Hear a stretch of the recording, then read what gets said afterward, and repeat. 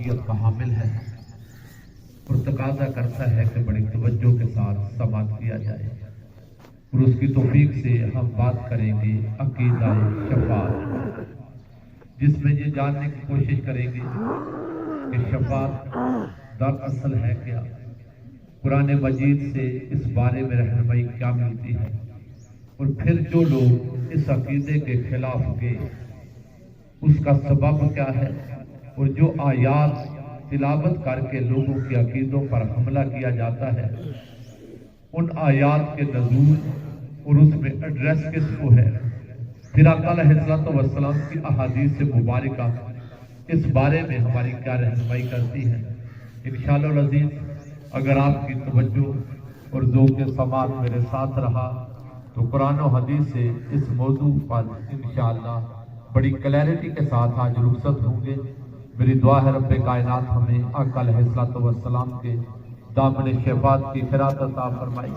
حاضرین محترم، ابتدائی گفتگو میں یہ ذہن نشین کر لیں کہ عقیدہ شفاعت قرآن مجید کی متعدد آیات، احادیث مبارکہ اور اجماع امت سے ثابت ہے۔ یہ ضروریات دین میں سے ہے، اس کا انکار کرنا آیات قرآن کا انکار ہے، احادیث مبارکہ کا انکار ہے اور امت کے اجماع کے خلاف ہے۔ شفاعت کہتے ہیں وسیلے کو، واسطے کو، دعا کرنے کو، درمیان میں پڑھنا، جسے ہم ثالثی بھی کہتے ہیں۔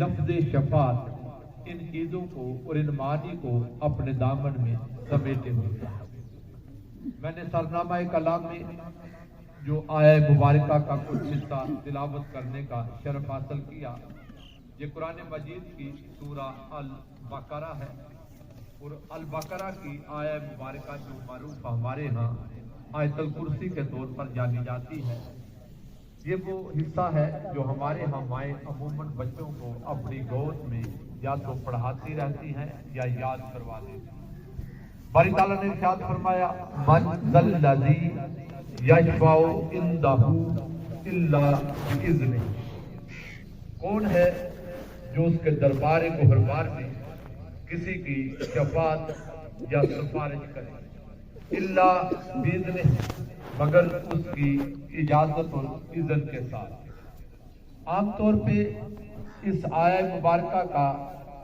مخصوص حصہ کہ من ذا الذی یشفع عندہ، کون ہے جو اس کی بارگاہ میں سفارش کر سکے، اتنا حصہ پڑھ کے جو لوگ شفاعت کے انکاری ہیں وہ اتنا حصہ پڑھ کے لوگوں کے عقیدوں کو متزلزل کرنے کی کوشش کرتے ہیں کہ لے جی قرآن کہہ رہا ہے کون ہے جو شفاعت کر سکے، اس کا مطلب ہے نہ کوئی شفاعت کرے گا، نہ کوئی کر سکے گا، نہ کسی کی قبول ہوگی۔ یہ آیہ مبارکہ شفاعت کے خلاف نہیں بلکہ اس کے حق میں نازل ہوئی ہے۔ اللہ بإذنہ، اس کی اجازت کے ساتھ ہوگی، اجازت کا انکار تو کوئی بھی نہیں کرتا۔ اس کا مطلب ہے شفاعت ہوگی، ضرور ہوگی، مگر اس کی اجازت کے ساتھ ہوگی۔ اجازت کے ساتھ ہی مان لو، مگر مان لو کہ شفاعت ہوگی۔ لسان العرب میں لکھا ہے یہ سوال فی تجاوز عن الذنوب والجرائم، کہ گناہوں اور جرائم سے درگزر کرنے کے متعلق اللہ کی بارگاہ میں سوال کرنا، اسے شفاعت کہا جاتا ہے۔ حاضرین محترم، سورہ بنی اسرائیل ہے، قرآن مجید کی 17ویں سورہ ہے، آیہ مبارکہ نمبر ہے 78۔ باری تعالیٰ نے ارشاد فرمایا عَسَىٰ أَن يَبْعَثَكَ رَبُّكَ مُقَامًا مَحْمُودًا، اے حبیب صلی اللہ علیہ وسلم، ان قریب آپ کا رب آپ کو مقام محمود پر فائز فرمائے گا۔ مقام محمود کیا ہے؟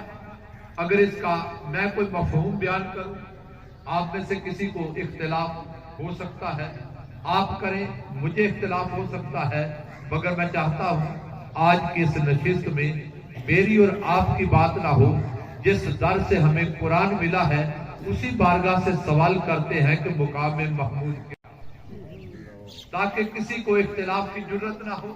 صحابہ اکرام نے آقا علیہ السلام سے عرض کیا، ترمذی شریف کی روایت سیدنا ابو ہریرہ رضی اللہ تعالیٰ روایت کرتے ہیں، یا رسول اللہ صلی اللہ علیہ وسلم مقام محمود کیا ہے؟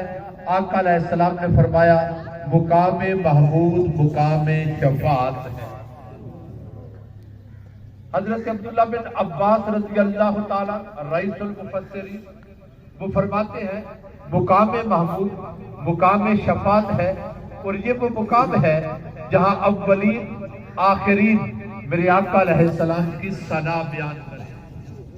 صاحب تفسیر خازن نے لکھا کہ مقام محمود مقام شفاعت ہے، صاحب قرطبی نے لکھا مقام محمود مقام شفاعت ہے، امام سیوطی فرماتے ہیں مقام محمود مقام شفاعت ہے۔ عزیزو ذرا توجہ چاہتا ہوں، پنڈوال کی سرزمین کی آج کے اتباع میں سنتے جائیے مقام محمود کیا ہے۔ حشر کی گھڑی ہوگی، محشر کا میدان ہوگا، ہر کوئی آدم سے قیامت تک حشر کے میدان میں جمع ہوگا۔ اولیاء، صلحاء، شہداء اپنی شان کے لائق نور کے ممبروں اور ٹیلوں پر جلوہ افروز ہوں گے۔ انبیاء اور رسل اعظام اپنی اپنی شانوں کے لائق بلند منصب پر ممبروں پر بیٹھے ہوں گے۔ جب حشر کا یہ میدان سج چکا، نظر اٹھا کر دیکھو گے کائنات کا پروردگار اپنی شان کے لائق اپنے عرش پر جلوہ افروز ہوگا کہ قیامت کا میدان سج چکا ہے، حشر کا میدان سج چکا ہے۔ جب پورا حشر سج جائے گا تو میرے مصطفیٰ کی آمد ہوگی۔ کائنات کے تاجدار علیہ الصلوۃ والسلام کی سواری آئے گی۔ ذرا توجہ رکھنا، یہ مقام محمود کا مفہوم ہمارے دلوں پر بہار بنے گا۔ میرے آقا علیہ الصلوۃ والسلام جب حشر کے میدان میں جلوہ گر ہوں گے، میرے رسول کی سواری آئے گی، انبیاء علیہ السلام بیٹھے ہوں گے، دیکھ کر سوچیں گے محمد بھی نبی ہے، آج ہمارے ساتھ بیٹھے گا۔ رسل اعظام دیکھیں گے، من میں خیال آئے گا کہ محمد بھی رسول ہے صلی اللہ علیہ وسلم، ہمارے ساتھ بیٹھیں گے۔ فرشتے عرض کریں گے مولا تیرا وہ محبوب آیا جس کے لیے بزم میں کونین سجی تھی، بتا تیرے مصطفیٰ کو کہاں بٹھایا جائے۔ آواز آئے گی فرشتوں میرے عرش پر، عرش خدا پر میری کرسی کے دائیں طرف ایک کرسی لگائی جائے اور رب کے عرش پہ مصطفیٰ کو بٹھایا جائے۔ جب عرش خدا میرے رسول کی کرسی لگے گی تو آواز آئے گی یہ مقام محمود ہے۔ اور میں چاہتا ہوں آج کے اس عاشقوں کے اجتماع میں ایک جملہ ہدیہ کرتا چلوں، اگر سن سکو۔ میرے شیخ ڈاکٹر محمد طاہر القادری فرماتے ہیں، اس صدی کے مجدد فرماتے ہیں جب حشر کا میدان سج جائے گا، قیامت کی اس گھڑی میں حضور کی جلوہ گری ہوگی، آمد مصطفیٰ ہوگی۔ قیامت کے دن جب آمد مصطفیٰ ہوگی تو آمد مصطفیٰ سے خود قیامت پر بھی قیامت ہوگی۔ حاضرین محترم، پھر سورہ النساء ہے، قرآن مجید کی چوتھی سورہ ہے، آیت مبارک کا نمبر ہے 64۔ باری تعالیٰ نے ارشاد فرمایا وَلَوْ أَنَّهُمْ إِذْ ظَلَمُوا أَنفُسَهُمْ، اے ایمان والو اگر اپنی جانوں پر ظلم کر بیٹھو۔ ظلم کیا ہے؟ شریعت نے، قرآن نے کہا تھا یہ کام کرو، ہم نے نہیں کیا، حکم قرآن آ گیا یہ نہ کرنا، انسان کر بیٹھا۔ باری تعالیٰ تیرے قرآن کا حکم توڑ بیٹھے، تیرا حکم توڑ بیٹھے۔ اب احساس پیدا ہو گیا، قبر یاد آئی، ایمان نے جوش مارا، معافی مانگنے کو دل کرا کہ آج رب سے معافی مانگ لے تو پروردگار کو معافی کی سبیل ہے۔ فرمایا ایک ہی راستہ ہے،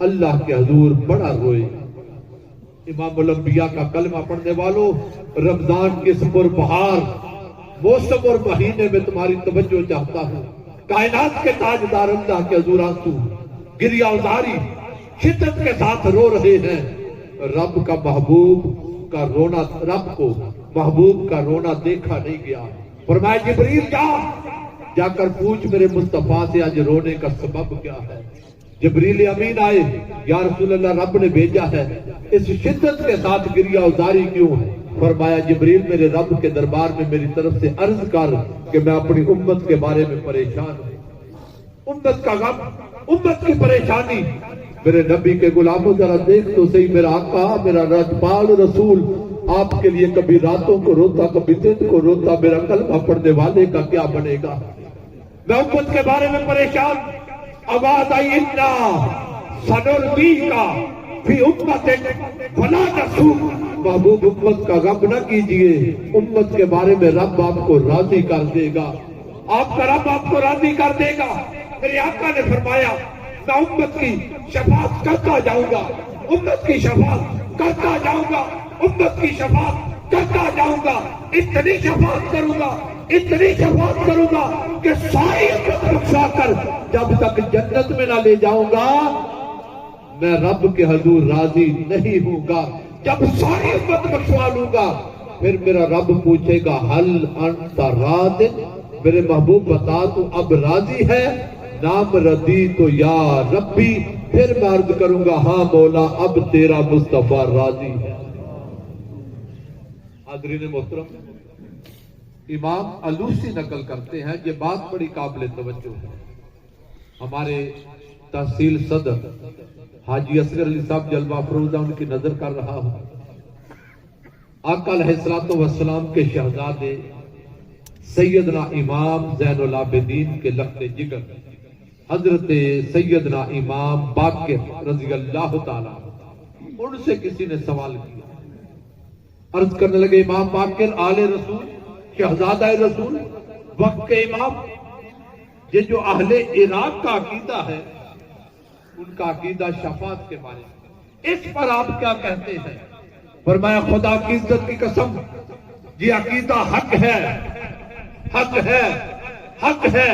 پھر فرمایا لوگوں سن لو، تم کیا سمجھتے ہو اللہ کے دربار میں سب سے بڑی امید افزا آئے تمہارے نزدیک قرآن کا یہ مقام، یا عبادی الذین اسرفوا علی انفسہم لا تقنطوا من رحمت اللہ، اے میرے وہ بندے جو اپنی جانوں پر ظلم کر بیٹھے، پریشان نہ ہونا، رب کی رحمت تمہارے سروں پر سایہ فقید ہو جائے گی اور اس رحمت سے جنت کے دروازے کھل جائیں گے، پریشان نہ ہونا۔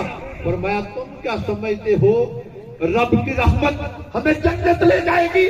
فرمایا سنو سنو، یہ بڑی امید والی آیت ہے، مگر ہم اہل بیت کا عقیدہ یہ ہے وَلَا سَوْفَ يُؤْتِيكَ رَبُّكَ فَتَرْضَىٰ، رب کی رحمت بھی تب ملے گی جب مصطفیٰ شفاعت کرے گا اور رب بخشتا جائے گا۔